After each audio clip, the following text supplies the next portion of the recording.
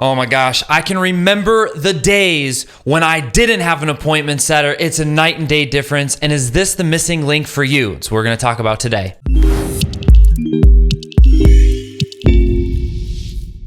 Hey, what's up, FlowChat fam? Chris Baden, CEO and co-founder of FlowChat here. On our Spotlight series, we bring you real people getting real results. They're on the front line. They're not messing around. This is not their first rodeo. They know exactly what we want to know as fellow business owners and entrepreneurs. And today's fellow FlowChat member has some absolute gold. He is getting insane results, booking like 40 plus calls a day. And his whole team, and he's continuing to scale and grow. And he is going to go deep with us on appointment setters. If you have an appointment setter in your business, this is going to be a fantastic conversation for you. If you do not have an appointment setter in your business, this is going to be a great conversation for you. And that's why you need to meet our friend Sahil. Sahil, what's up, man? How's it going, guys? Dude, excited to have you out, man.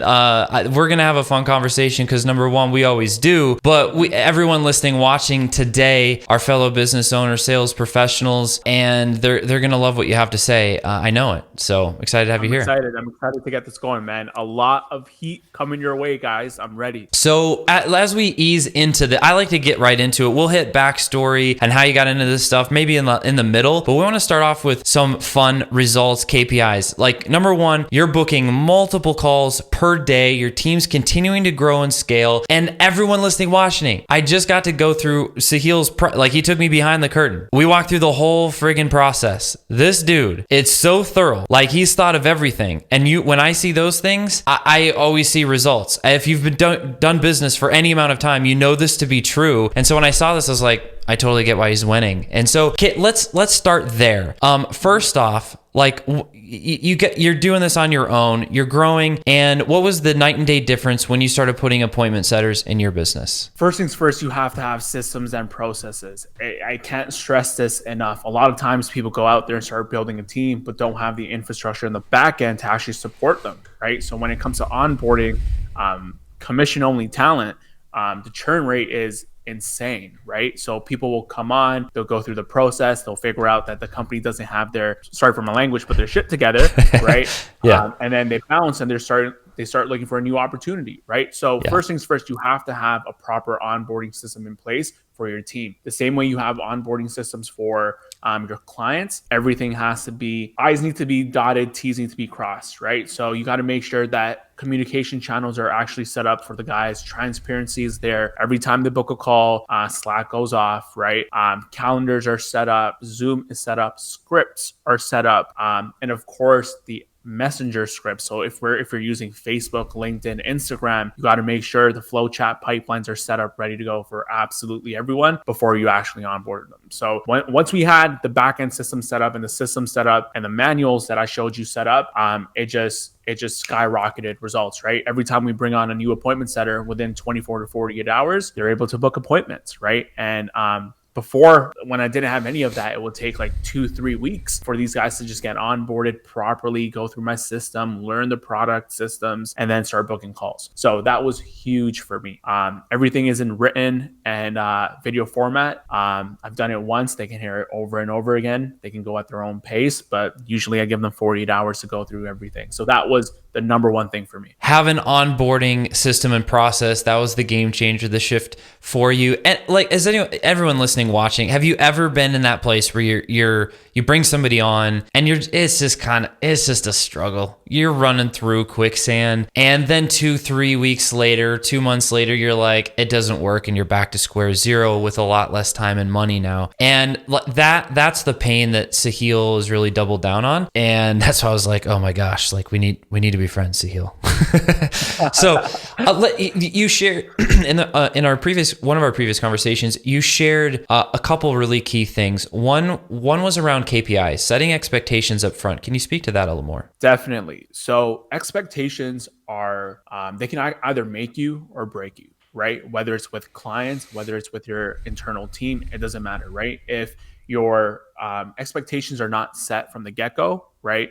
It's like the blind leading the blind. Right. So for my guys, they have a very specific KPI structure that they have to hit on a daily basis. So 100 touch points, whether it's on Instagram, Facebook, LinkedIn, I don't care, as long as they're not breaching the limitations on each platform. Right. So that's one. Right.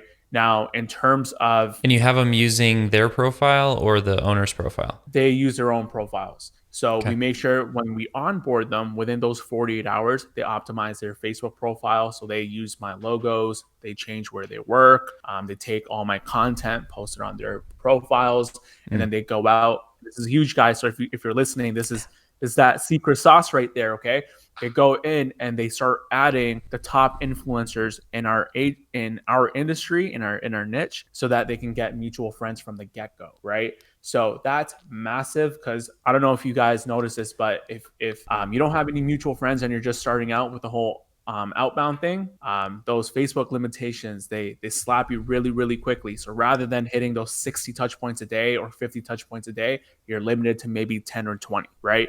So expectations, I'm huge on them, right? Everything that I say, it goes, right. And I say it once, and my team is amazing, right? So that's huge for us. Your team's amazing. You also know what you're doing. Usually teams that do well have good leaders that help them do so. And accountability is one of these key factors. So not only are you clear on what they're doing, what they need to be doing daily, but how are you holding them accountable on a daily basis? Two things, okay? So, my morning meetings, they happen every single day at 9 a.m., where we pull up the tracking sheets and we just one on one, we're just asking them how their day went the day before, how did the discovery calls go, if they booked any sales calls, if they had troubles with anything, objections that came up, and we address absolutely everything on a one on one basis, but still in a group format, right? So everyone gets to hear in on how everyone's day went. Number two, we do something called Zoom Room. Um, and Zoom Room is key for not just accountability, but productivity, right? So my entire team is literally either in a Zoom room or Google Hangouts. So we have about 8 or 9 guys there right now. I have the team lead there as well. Everyone's muted, cameras off, and every single person is prospecting. If they have to jump off for a call, they send us a little message, they jump off, and then they jump back on right after their calls are done. Or if they're taking a lunch break or whatever the case might be, they let us know, right? So if they have any issues, if they have any questions, they can just unmute themselves and say, "Hey, Chris, I have a question." Chris answers a question, they unmute themselves, and back to prospecting they go. So accountability and productivity hand in hand with that Zoom room. So freaking cool. A picture this. Once upon a time when we all met in person, I know it's like starting to change a little bit, so that's cool. But I mean, like, it's the equivalent of doing that, meeting in the office, working in the office. There's just a different level of pressure and accountability. Anyone that's had a virtual assistant, other assistant working remotely, how do you really know? I mean, you can record their screen, you can do, time tracking, there's different variations, and some of those can be effective, but having to log into a room like you're going to the office, while you're prospecting, but it's also like I can just ask a question really quick. Where it drives everything is you don't have a freaking excuse anymore. Like, No. and you're going to And catch like bad patterns and habits there you go. right away. There you go. And you know what? We get to celebrate wins live. So every time someone books a call, right, they unmute themselves and like, "Hey, I just booked a call." Then everyone unmutes and congratulates. It's such a great environment and culture, right? And that's something a lot of remote companies struggle with, right? Environment and Mhm. culture is because everyone's boxing into their own room, right? They're doing their own thing, and then a Slack notification goes off, and then emojis are sent, right? So completely different. And I know you probably know exactly what I'm talking about, right? So Zoom Room is key.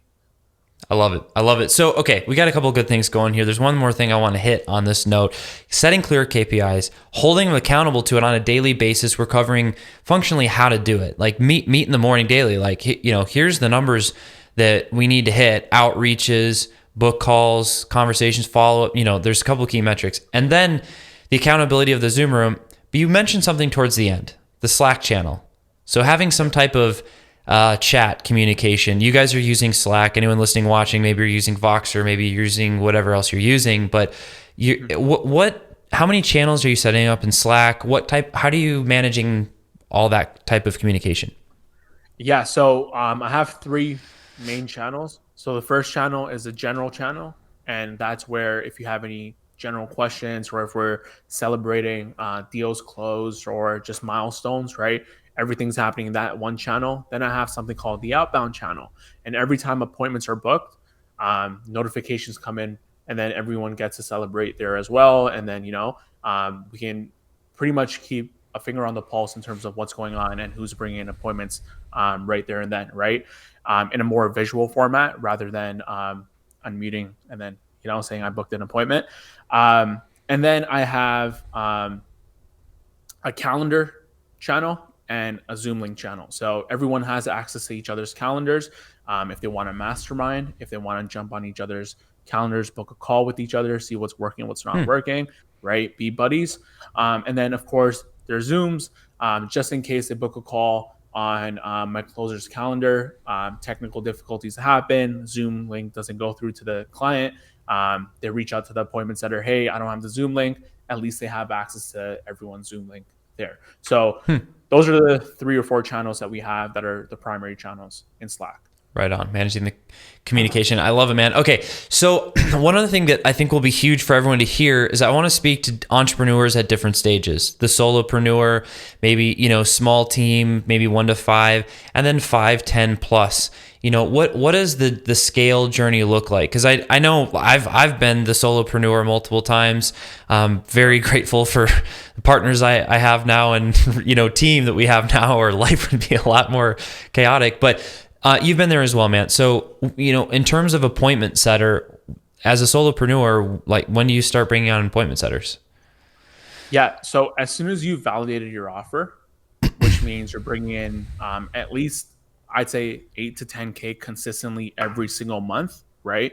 For at least 3 months, that's offer validation to me. So that means you found a product market fit, right? You know exactly who you're selling to, you know what you're selling to them, you're bringing them results, you understand what channels, so access channels that you're going to be bringing them in, and then the price point, right? So that's extremely important as well. So a lot of entrepreneurs, when they start scaling, they don't know the price point, right? Or they don't know what channels to actually go out and find their customers on. And it's kind of a waste of time if you bring on appointment setters at that point and if you don't have your product market fit figured out, right? So for the tech guys, you guys know what product market fit is. For the rest of the entrepreneurs, it's pretty much, we call it niche validation, right? So yeah, as soon as you're hitting that 8 to 10K mark and you're hovering at it for at least 3 months, at that time, you can now stop prospecting yourself and start bringing on appointment setters, right? So what I always recommend is batches of 5. So you go out, you find 5 commission-only appointment setters, you bring them on, you train them, they do all the prospecting, they do all the qualifying, and they're lining up layups for you, literally, right? So people that are qualified on the price point, can they really afford to invest with you, right? Decision making is huge, right? You don't want to jump on an hour-long demo and then hear that, I don't know, their wife takes care of all the expenses or whatever it may be, right? Their business partner maybe. And of course, how soon are they ready to get started, right? And why they're on a call with you. All those things get done on a 15-minute discovery call with appointment setters. Once the appointment setters have vetted them, they go ahead and put them on the calendar for the closer. In most cases, it's the entrepreneur, right? And the entrepreneur starts closing those deals out. And then at that point, from there, you find your top appointment setter and you turn them into a closer because they now they understand who they're going after. They're able to qualify them. Now you start introducing closing to them. And now they can start doing end-to-end deals, which means at the end of the day, they get to make more money and you ultimately get to remove yourself from the sales position and start working on the business rather than in the business. Love it, man. Okay, so that's a clear path. It's like, once you're validated the offer, you're doing 8 to 10K per month for at least 3 months, from your side. Grab an appointment setter, help them, have them come in, help you curate the list up front, engage the list, book the calls, and now you're just closing, you're freeing up your calendar and then bringing on multiple at a time. So all of them stick, a portion of them stick, and eventually the one that rises to the occasion can then take on the closer seat, moving you, further out of the sales process to focus more on the business. Very well said. A very clear path. Anyone listening, watching, because sometimes, you wonder, you're like, when is it time? Or I think the biggest mistake, and I'm guilty of this, is just waiting too long. Or too soon. Well, tell me, talk more about that one.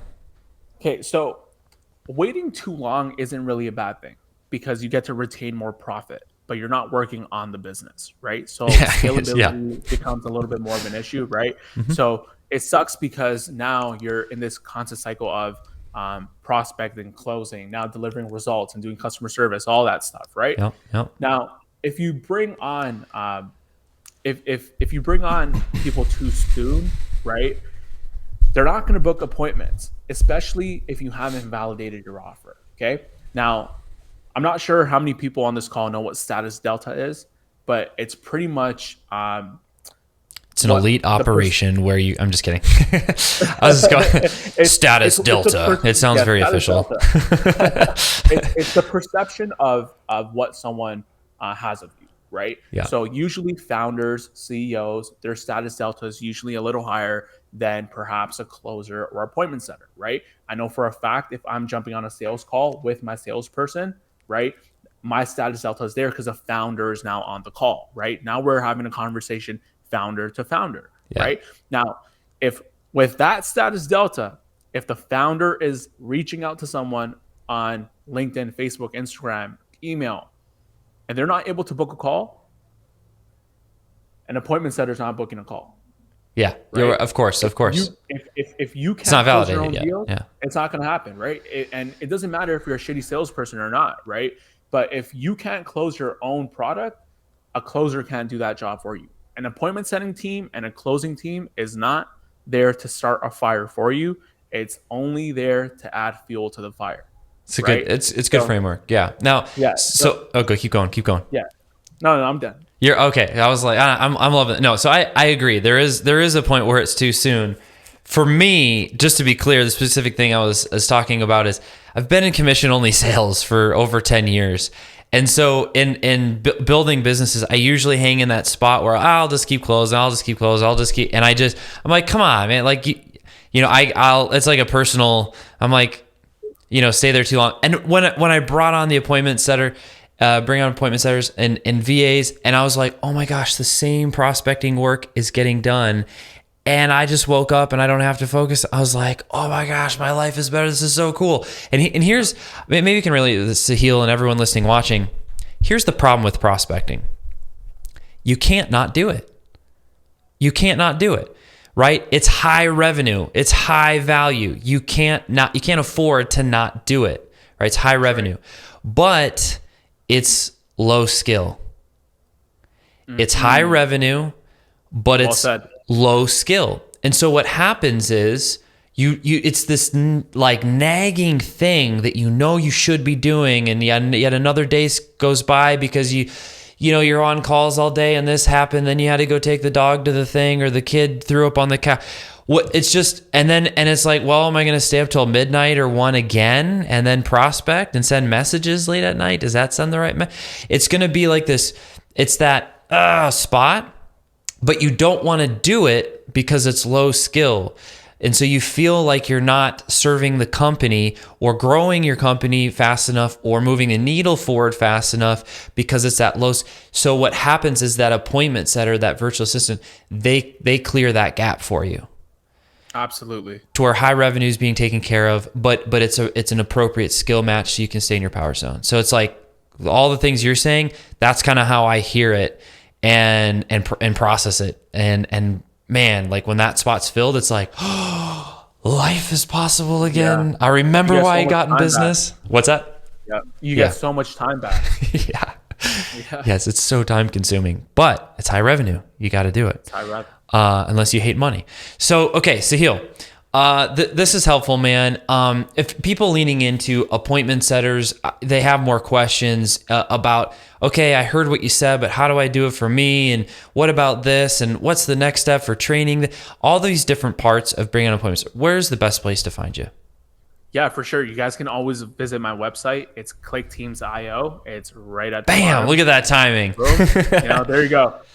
Or you guys can find me on Facebook. I'm mutual friends with Chris. Go find me on his There you go. Sahil friend list. Sharma. There you go. And you can find me on Instagram as well, CEO Sharma. Right on. CEO Sharma. Okay, there you go. Sir. Boom. Facebook, Instagram. Here's the site here, clickteams.io. If you want some more detail too, get some training. It's all available there on the website.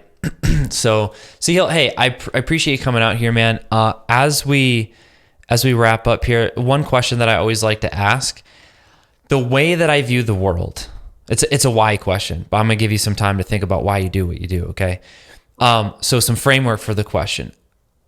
High performers fascinate me. They always have.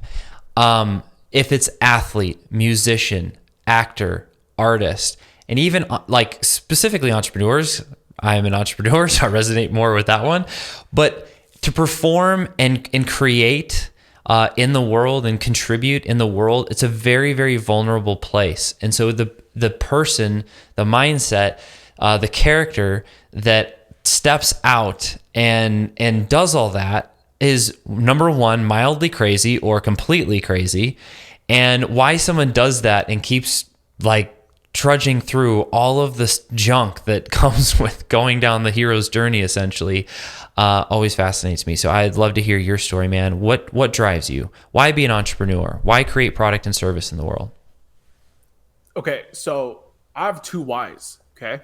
And my first why is actually most people won't even think about, but will guess. But I genuinely love sitting around and doing nothing. That's awesome. Okay? Didn't see that coming.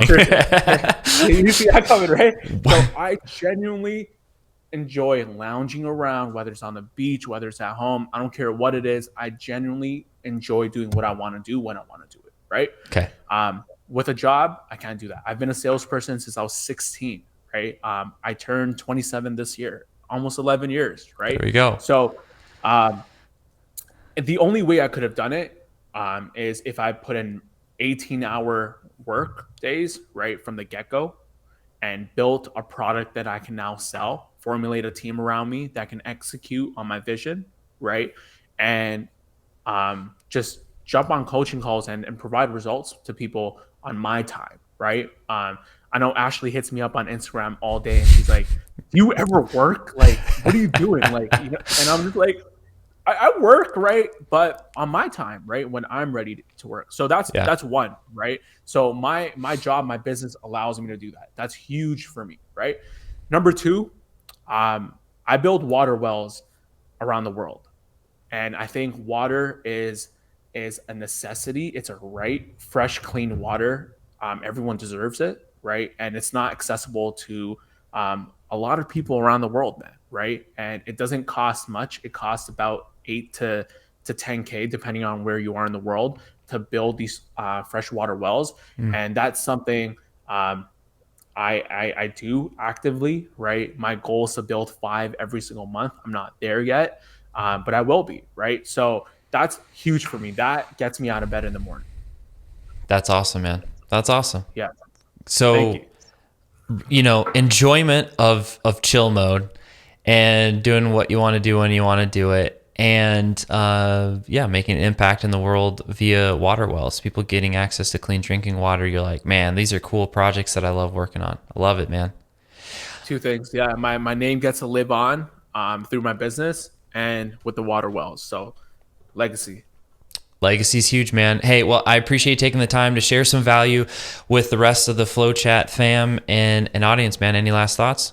Follow me on Instagram, visit my website.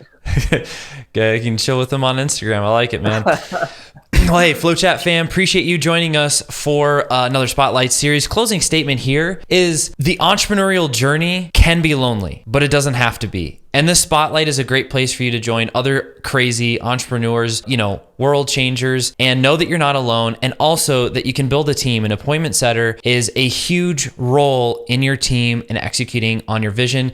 So, hey, for more real people that are getting real results here on the Spotlight, we'll see you next time.